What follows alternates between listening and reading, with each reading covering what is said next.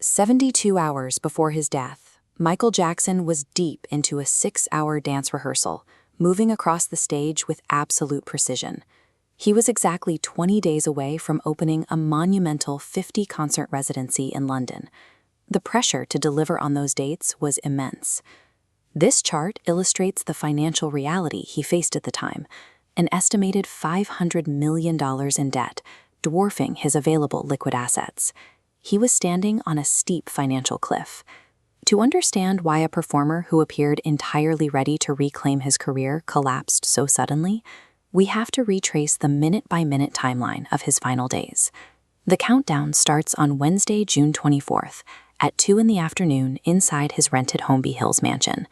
Jackson walked down the stairs and sat at the dining table with his 3 children, Prince, Paris, and Blanket. His personal chef, Kai Chase, served a light but sustaining meal of seared ahi tuna, an organic salad, and carrot juice. The chef later noted that he took a moment to pray, smiled, and seemed remarkably energized. It was a quiet, domestic afternoon. Within 24 hours, that exact environment would devolve into a chaotic medical emergency. Later that Wednesday evening, Jackson arrived at the Staples Center for a full run-through of his This Is It show. The man on this stage dismantled the fragile, heavily medicated caricature portrayed by the tabloids. Under the bright lights, he executed his complex choreography alongside dancers half his age. His entire touring crew watched him run through 6 hours of sequences. Kenny Ortega, his tour director, noted the sheer kinetic energy of the performance, recalling that Jackson was, in his words, bioluminescent. As the rehearsal ended, Jackson walked with the tour promoter. In the dark, smiling, he put an arm around him and whispered, "I can take it from here." Creatively and physically, the King of Pop had successfully reclaimed his title and was ready for London. But after midnight on Thursday, June 25th, Jackson returned home exhausted. Despite the physical toll of the workout, his mind continued to race. He suffered from a severe chronic insomnia that made natural rest nearly impossible. Waiting for him was Dr. Conrad Murray, a physician being paid $1 million a month to manage his patients' sleep with chemical assistance. Murray's routine involved administering a sequence of sedatives to force relaxation, starting with standard benzodiazepines.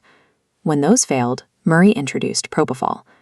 As you see here, this heavy, milky white fluid is a powerful surgical anesthetic. It is designed to put patients under before open-heart surgery, not to treat a sleep disorder. Jackson's bedroom lacked basic medical safeguards. There was no crash cart, no oxygen monitor, and no emergency response equipment in place. This nightly regimen was a highly dangerous, unmonitored experiment operating on a knife's edge. The system failed entirely when Murray breached a core medical protocol.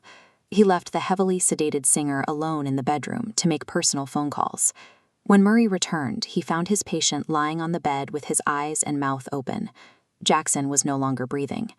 Panic set in, leading to critical errors.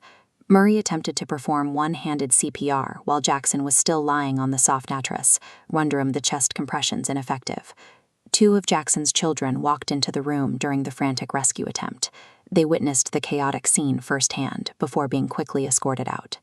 The most fatal delay was yet to be realized.